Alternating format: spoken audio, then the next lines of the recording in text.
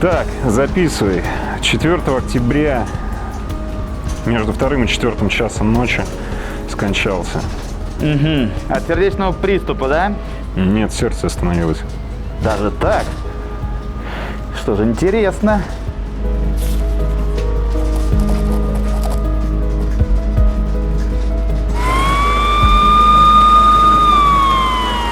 Сегодня мы отправляемся в одно место на границе между Московской и Тверской областей, где нас поджидает старая забытая легенда 40-летней давности.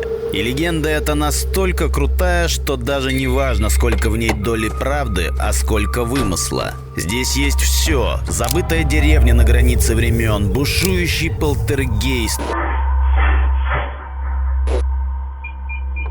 роковые смерти, мистические совпадения и почерневшие от зла зеркала, которые неистово вопят во мраке ночи. Заряженные этим необычным сочетанием из различных небылиц, мы отправляемся в очередное путешествие для того, чтобы лично проверить, что же это за место такое, где мог родиться такой яркий фольклор.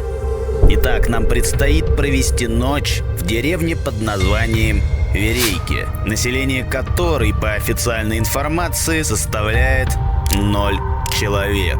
Здесь мы проведем ближайшую ночь, изучая заброшенные избы, а также содержание местного небольшого озера. Приготовим омлет по-сударски и впервые опробуем в деле сразу 5 ночных фотоловушек в попытке заснять хоть какую-то необычную активность. И знаете что?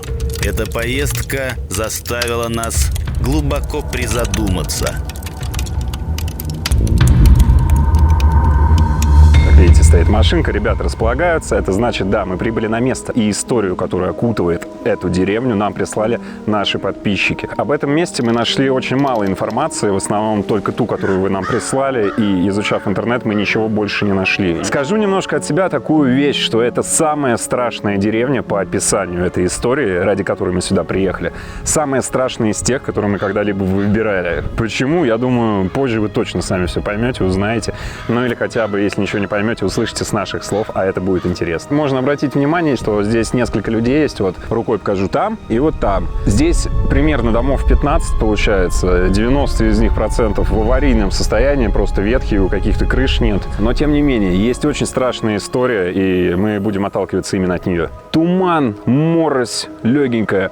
Почти полное отсутствие ветра, но только легоненький такой самый. Я очень надеюсь, что здесь что-то будет интересное. Делаю большую ставку на ночь, потому что ночь — это самое такое мистическое время. Пока еще ничего не известно. Мы только разбиваем наш лагерь, только готовимся идти в путь, исследовать. Так что же за мрачная и загадочная история окутывает это место? Об этом мы скажем чуть позже, когда окончательно стемнеет и мы разведем костер. А пока можем сказать, что когда-то здесь жило около 200 человек. Но к 2002 году официальная статистика по переписи населения гласила, что деревня вымершая и люди здесь не живут. Однако по факту жизнь здесь продолжает теплиться. И нас даже встретил местный житель, который изначально отнесся к нашему прибытию, мягко говоря, не очень хорошо. Разумеется, ни о каких мистических историях, связанных с этим местом, он знать не знал.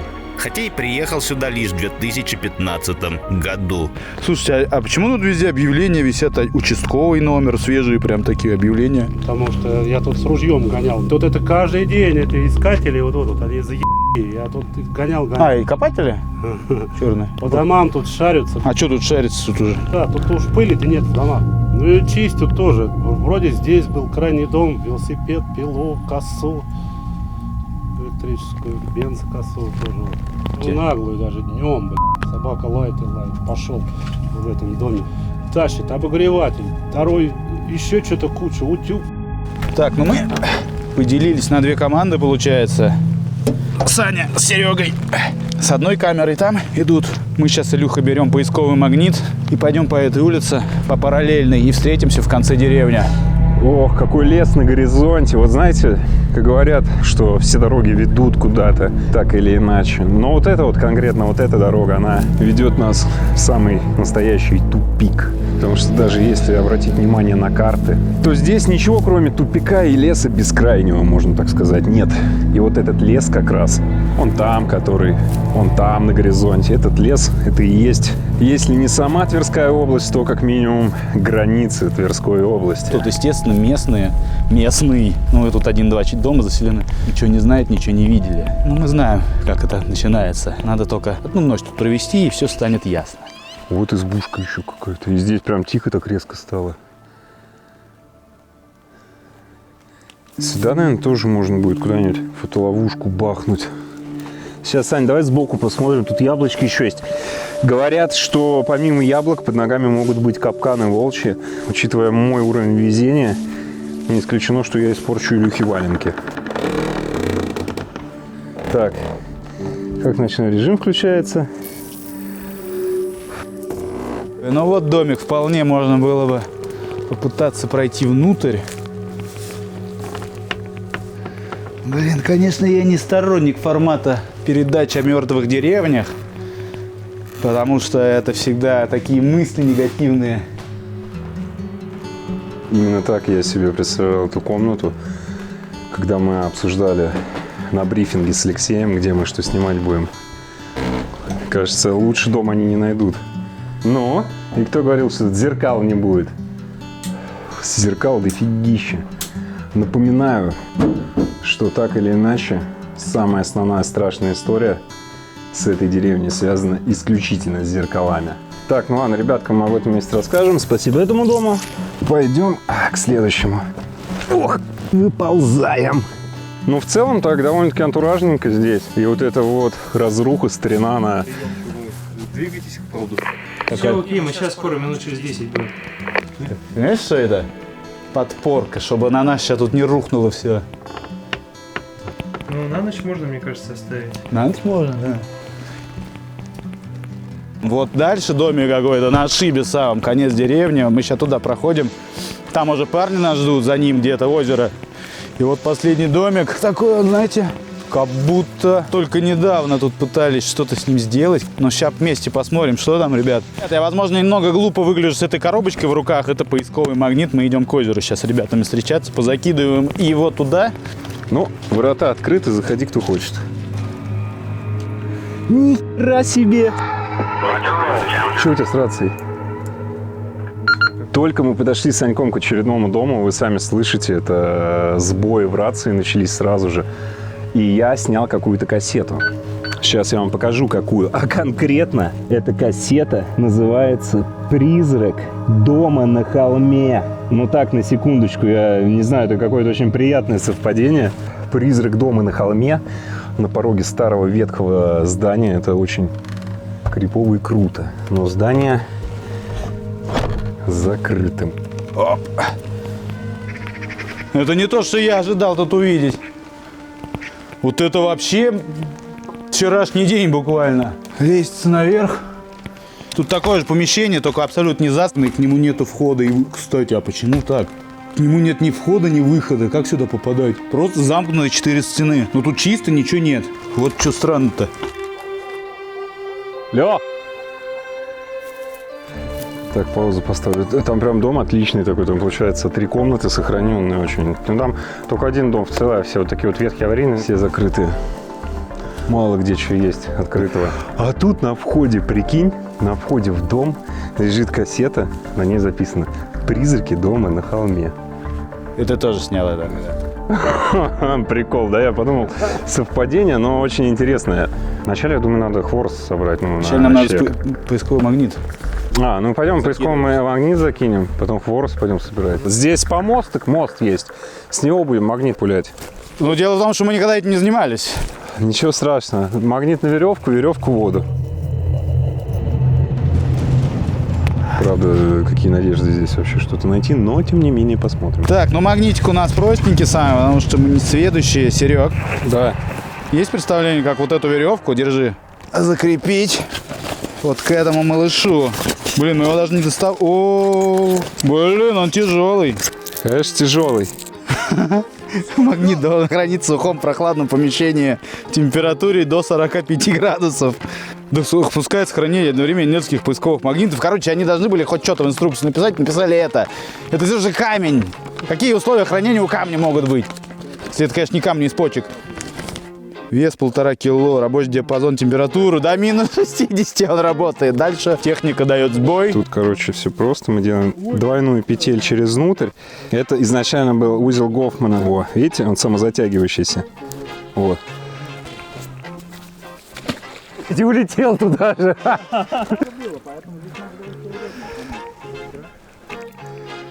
Он работает?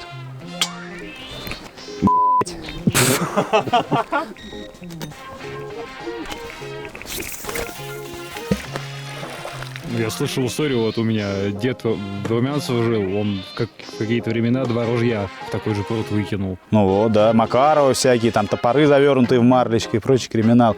Но это надо прям так, там, ну вот лежит маленькая писюлька, на какая-нибудь монетка на дне. Кто его знает, когда там вот с 1000 раза только ты по ней пройдешь. Вот, ну, вот так вот случай. Пишите в комментариях, что вы думаете на эту фишку, потому что водоемов, как мы знаем, всяких озер возле Дождь начинается. в деревнях полно, да, дождь А начинается. сейчас магнит может перестать работать, давай Ну быстрее. да, потому что дождь. Да, его мочить нельзя. Блин, а я намочил. А вы что, не камеру привязали? Нет. Сказал же, привяжите камеру, киньте магнит, только не трогайте, вода упадет иначе. А если кому-то просто, ну, ходить по дачам, в окна закидывать в дом, и по-любому что-то намагнитится. Блин, ребят, вы бы знали, в каком мы заднице находимся, вот этим вот занимаюсь. И у нас очень интересная ночь впереди ждет, чуется. Да не, нет тут ни хера.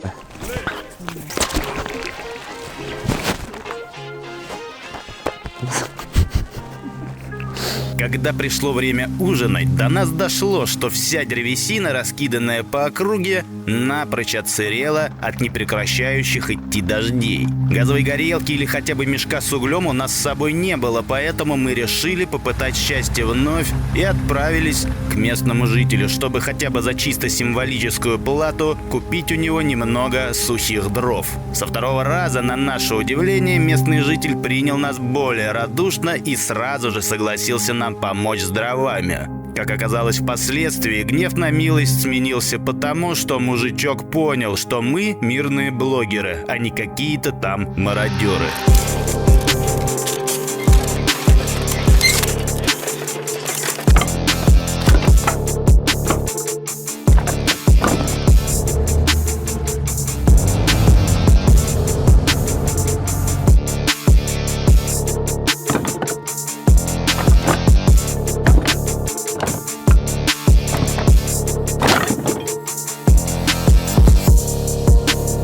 Условно мы обменяли одну бумагу на другую бумагу, потому что всем известный факт, что деньги делаются из древесины, ну, фактически бумага. Короче, как мы уже говорили, тут местный житель есть.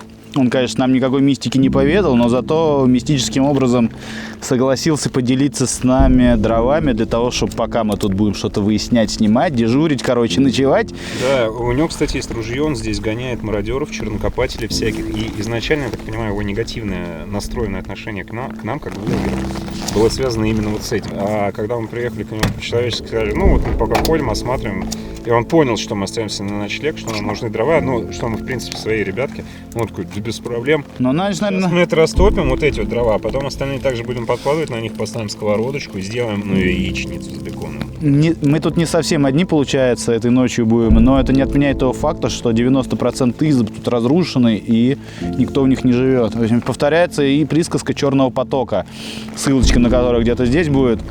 Эта деревня славится, ну, славится, как в интернете, тем, что здесь начался такой лютый полтергейст. Начал проявляться он очень странно, зашел с неожиданных концов в виде зеркал. Люди стали, так скажем, жаловаться, что зеркала издают крики, реальные крики человеческими голосами. У тебя просто дребезжит все в ушах. Ты занавешиваешь эти зеркала, закрываешь их тканью, а они продолжают на тебя ругаться матом. Я понимаю, звучит как полная ахинея, но тем не менее с пустого места такие истории не берутся. Дальше события начали развиваться. Например, ты ушел из дома, возвращаешься, а у тебя там предметы интерьера стоят в разных местах. сами передвигаются, куда-то там двигаются, пока тебя нет. В 1981 году ночью 6 человек умерли от сердечного приступа. Говорят, зеркала стали чернеть, все связывать с зеркалами, со смертями. Ладно. В 1997 году, далее буквально спустя 16 лет, еще 6 человек умирают. От чего? От сердечного приступа. 2001 год. Еще 6 человек строителей, не причастных к этой деревне, минус. Все сразу. Все случаи происходили 4 октября. 4 октября. Внимание, это очень важно для фанатов конспирологических идей и нумерологии. Итого мы имеем 3 связки мертвых людей по 6 человек. 6. А сейчас, внимание, 6 ноября нас здесь 4 человека. Цифры вроде похожие, только местами поменяли. Что будет в этой ночи, мы узнаем далее.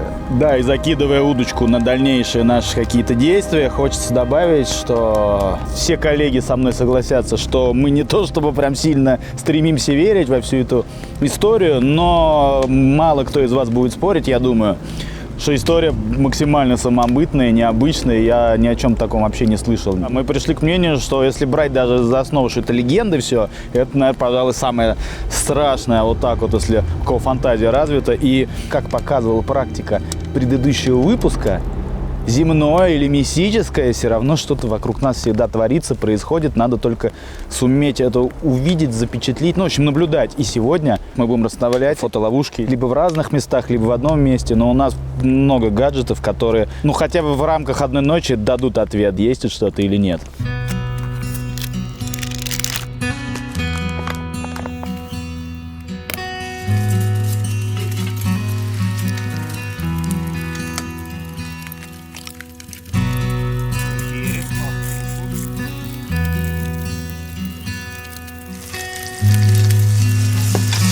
Как обычно. Ты живой? Так, Сань, иди сюда.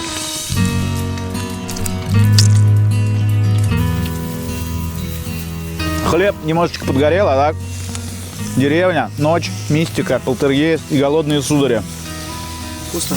Это не может быть невкусно, потому что так карты сошли, что ну, не бывает невкусно в таких местах при таких обстоятельствах. Походные все. Да, омлет с томатами, беконом и яйцами. Ну вот и все. Омлет готов. Винегрет? Да.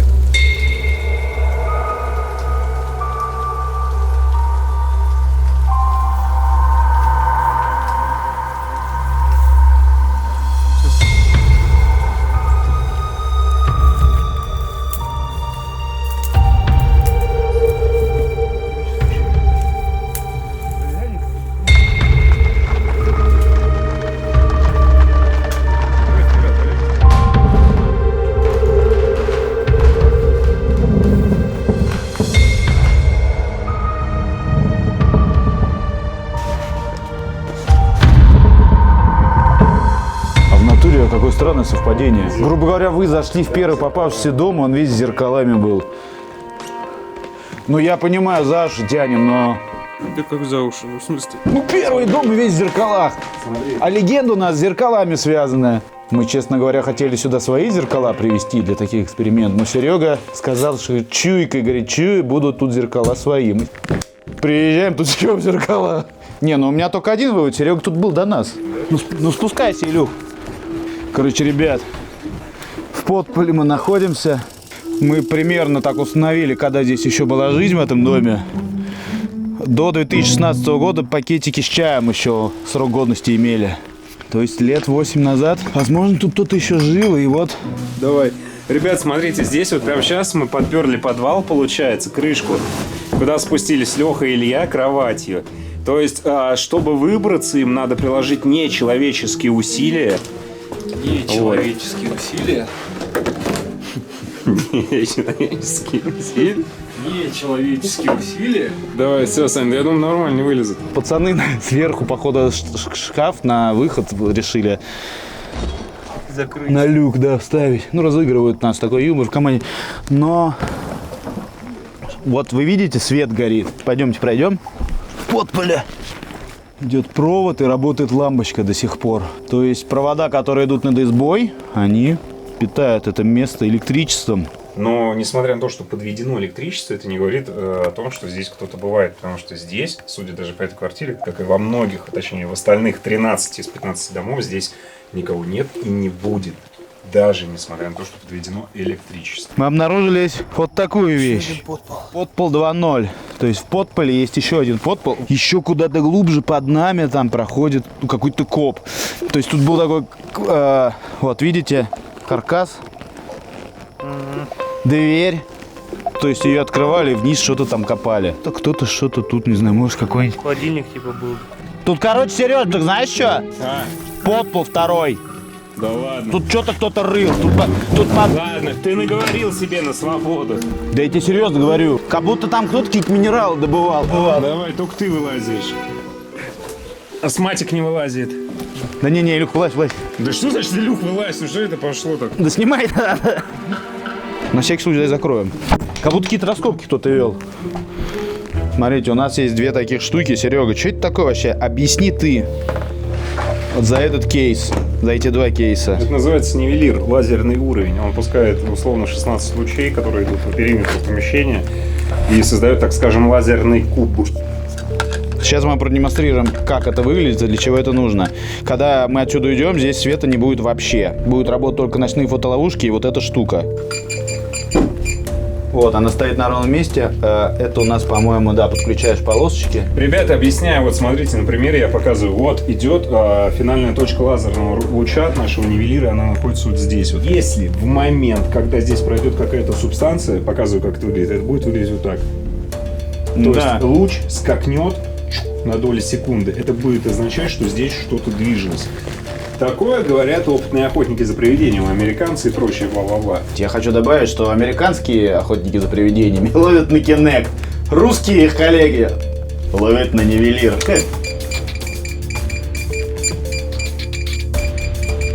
А что он? Вот. Это значит, ты неровно его установил. Все, она пишет. Вот то зеркало. Да. Все, что по этим линиям, вот эту дверь она пишет. Вот, смотрите, я сюда прям на эту ставлю. Вообще вот сюда, вот прям вот ставь На полочку? Где пасхальная это? Вот так, да? Получается, этот дом мы сейчас покидаем, и вся эта техника дорогостоящая тут останется без нашего присмотра. Единственное, может быть, есть какая-то агрессивная фраза, которая могла бы спровоцировать что-то.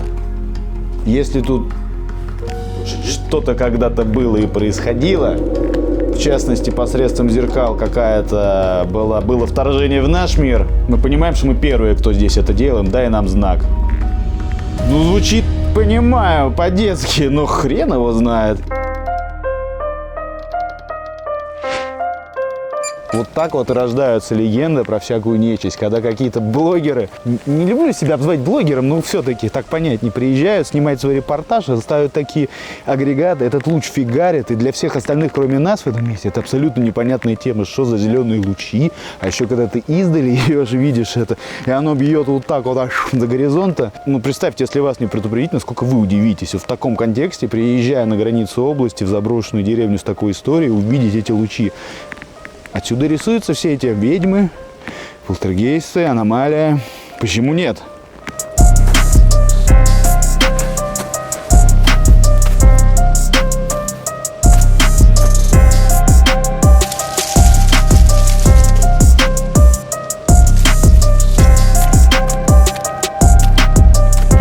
Так, ну Серега, короче, у нас остается в машине.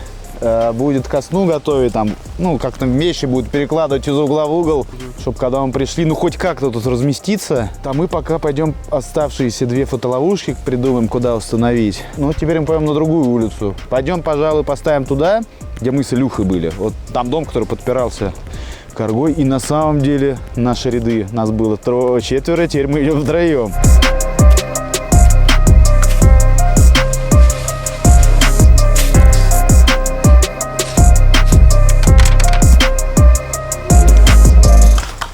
Ну что, ребят, теперь этот дом под свое наблюдение берем. Так, ну этот дом вообще, конечно, в отличие от того, в более плачевном состоянии, из чего я делаю, что здесь жизнь раньше ушла. Мужчина, который нам дрова дал. Он, конечно, сказал, что хозяева всех этих домов мертвы. Соответственно, здесь хозяева умерли раньше. Соответственно, и вид у него такой вообще. Вот как будто, знаешь, я себя атлантом чувствую, который на плечах что-то держит.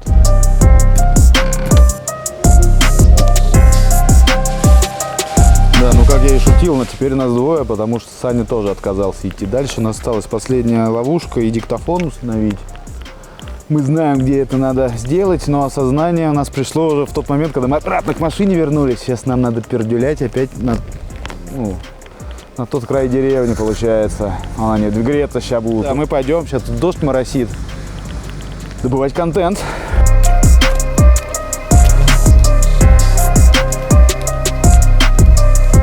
Дождь такой? Да. Ребята, ноябрь, дождь. Где-то на границе с Тверской областью, в заброшенной деревне. Сейчас идем и думаем, ради чего это все? Ради вас. Так, ребят, ну в этом доме мы уже были. В принципе, сейчас вы поймете, о чем речь. Слышите, как тихо? Дождь.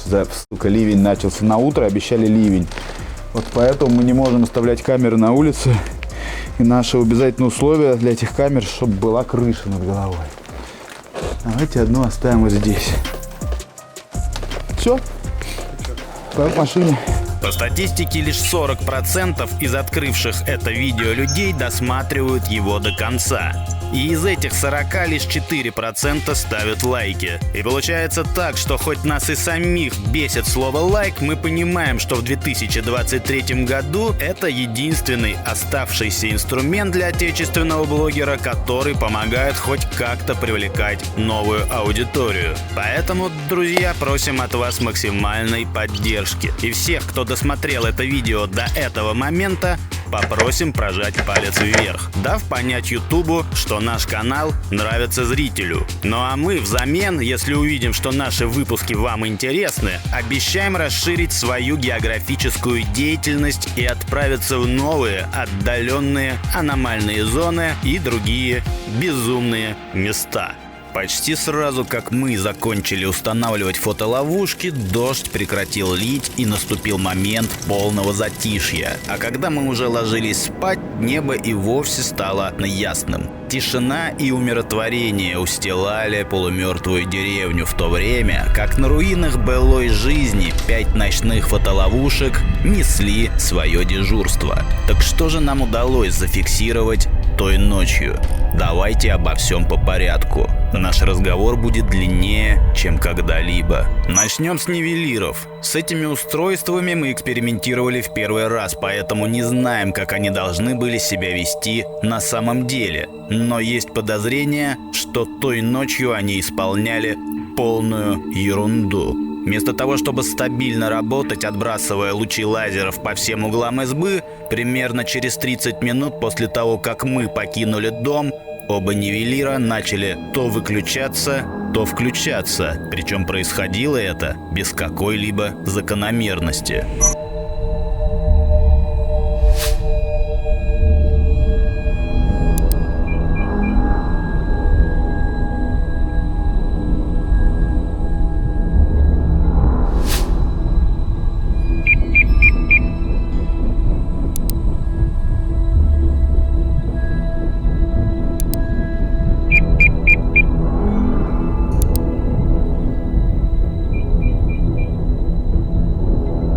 Устройство могло выключиться, а через 5 минут включиться. Могло включиться и выключиться один раз за час, а могло включаться и выключаться по несколько раз за 5 минут. Могло просто издавать звук, не включаясь, а могло наоборот включаться, не издавая звука. В инструкции к устройствам ничего не было сказано на этот счет, поэтому мы обратились в техподдержку производителей нивелиров. Но на момент публикации этого выпуска ответа от них мы все еще не получили. Дальше интереснее.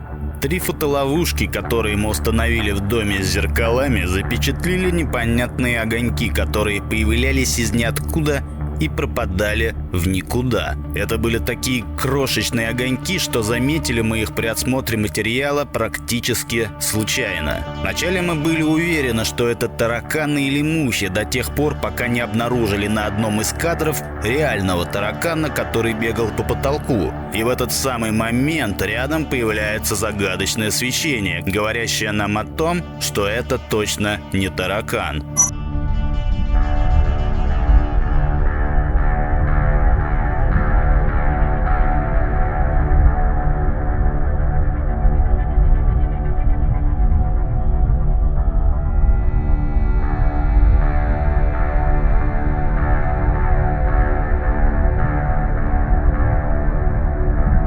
В какой-то момент такая светящаяся букашка начала двигаться по краю стола, после чего не совсем понятно, исчезла она или заползла под крышку стола. А вот светящийся объект, появляющийся на спинке стула и исчезающий в никуда.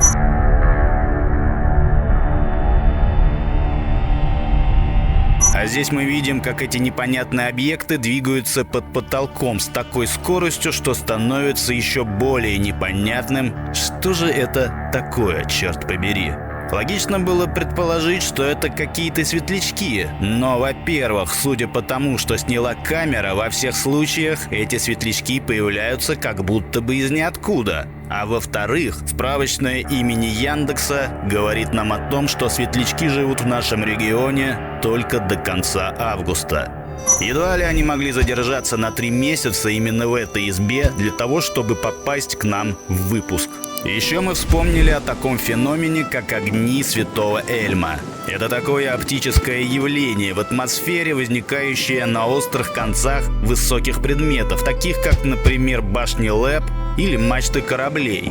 Но и здесь есть нюанс. Огни Святого Эльма – это очень редкое природное явление, и появляются они только в жаркую погоду во время грозы. И они не имеют свойства двигаться. В конечном итоге мы пришли к выводу, что эти огоньки являются ничем иным, как насекомыми, но только это точно не классические светлячки. Напишите в комментариях, что это могло быть и какие еще насекомые могут светиться в темноте в ноябре месяце. Второй дом, где палка подпирала потолок, тоже жил своей жизнью той ночью. В какой-то момент камере посчастливилось столкнуться вот с такой вот формой жизни. Признаться честно, выглядит очень мерзко, хотя мы до конца так и не определили, какого типа живность лезет в объектив. Но в отличие от загадочных светлячков в соседней улице, здесь мы 100% видим какое-то насекомое или паука. Здесь же в какой-то момент откуда-то из-под пола вылезает что-то очень похожее на крысу. Хотя, признаться, первое, о чем мы подумали, что это какой-то темный дух с 2 маленькими и злыми глазками. Но опять же, нужно иметь в виду, что темень стояла кромешная, и определить наверняка, что же это такое бегает по полу, мы затрудняемся.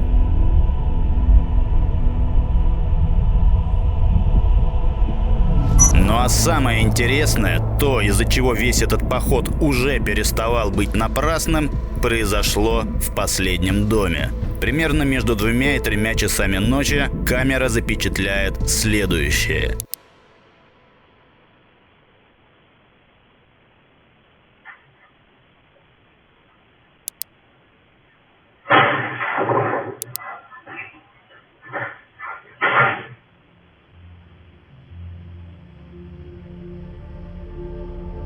Вы ведь тоже заметили? В какой-то момент что-то приоткрывает дверь, и это не сквозняк, так как по деревьям за окном мы видим, что на улице стоит полнейший штиль. Сразу после того, как дверь открывается, раздается ни на что не похожий металлический звук.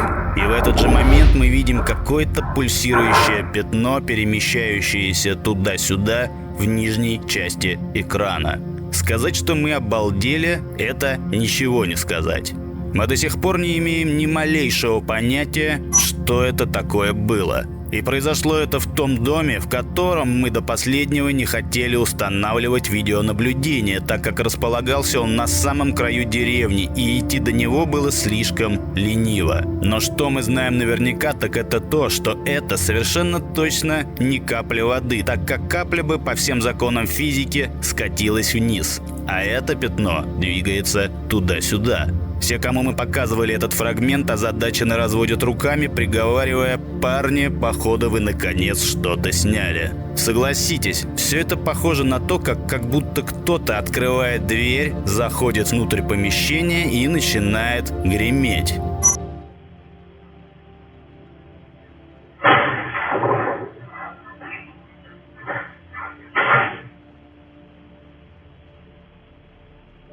Озадаченные этим открытием, мы направляем запрос в официальное московское представительство производителей наших фотоловушек. И знаете, что нам там ответили? Инженеры компании не имеют понятия, что это может быть. Хорошо. Если бытовыми путями мы не можем установить, что это могло быть, то, возможно, следует взглянуть на происходящее под иным градусом. Мы отправили эти кадры нашей старой знакомой экстрасенсу Айгуль, которая уже принимала участие в съемках нескольких наших выпусков. И вот что думает на этот счет она. Судя по тому, что зафиксировала камера, там находятся две энергии разного уровня, разного порядка. Первое – это некое облако, как привидение, как призрак, да, которое, собственно, вошло в помещение и которое, которое из-за которого дверь открылась. Да. Вторая энергия – это то, что напоминает то ли крысу, то ли мышь, то ли что-то такое. Это более плотная энергия, это более низкая энергия. То есть по аналогии можно было бы сказать, что, например, это облако, это мог быть дух умершего человека, да, по структуре он совпадает, а вот то, что на Земле, это больше похоже, например, на домового, на какого-то беса, какого-то духа места. То есть это разные энергии, разного порядка. И камера, она может не зафиксировать ту или иную энергию, потому что не хватает чувствительности. Это разные энергии разной частотности, поэтому что-то камера фиксирует, что-то не фиксирует. Чем более легкое, тем сложнее это зафиксировать. На момент публикации этого выпуска мы по-прежнему остаемся в полнейшем ступоре. Что же такое нам удалось запечатлеть той ночью? Последняя надежда – это ваши предположения. Поэтому просим, чтобы каждый, кто досмотрел выпуск до этого момента, выдвинул в комментариях свою теорию происхождения загадочных светлячков, объекта со злыми глазками и, самое главное, предположил, что же такое происходит на кадрах, запечатленных в последнем доме. На этом мы прекращаем наше видеонаблюдение и, полностью удовлетворенные проделанной работой, отправляемся на покой. Объяснение того, что это такое вообще было, мы оставляем вам на растерзание в комментариях под этим видео. Но вот какая мысль не покидала нас весь этот выпуск. Вся эта история про зеркала и полтергейст настолько локальная, что про нее практически нет никаких упоминаний во всемирной паутине. А теперь представьте, учитывая масштабы нашей великой страны, сколько еще существует таких деревень, усадеб, урочищ и прочих географических отметин. Великое множество. Тысячи тысяч. И совершенно точно всюду, куда бы вы ни пришли, найдутся свои истории, легенды, фольклорные очерки и люди, готовые поделиться с вами сухой древесиной. И все, что будет требоваться от вас, это лишь желание слушать и умение наблюдать. А дальше, как показывает практика, все будет складываться именно так, как, хоть и в глубине души, но вы всегда себе и представляли. Привет, Россия! Привет, мир!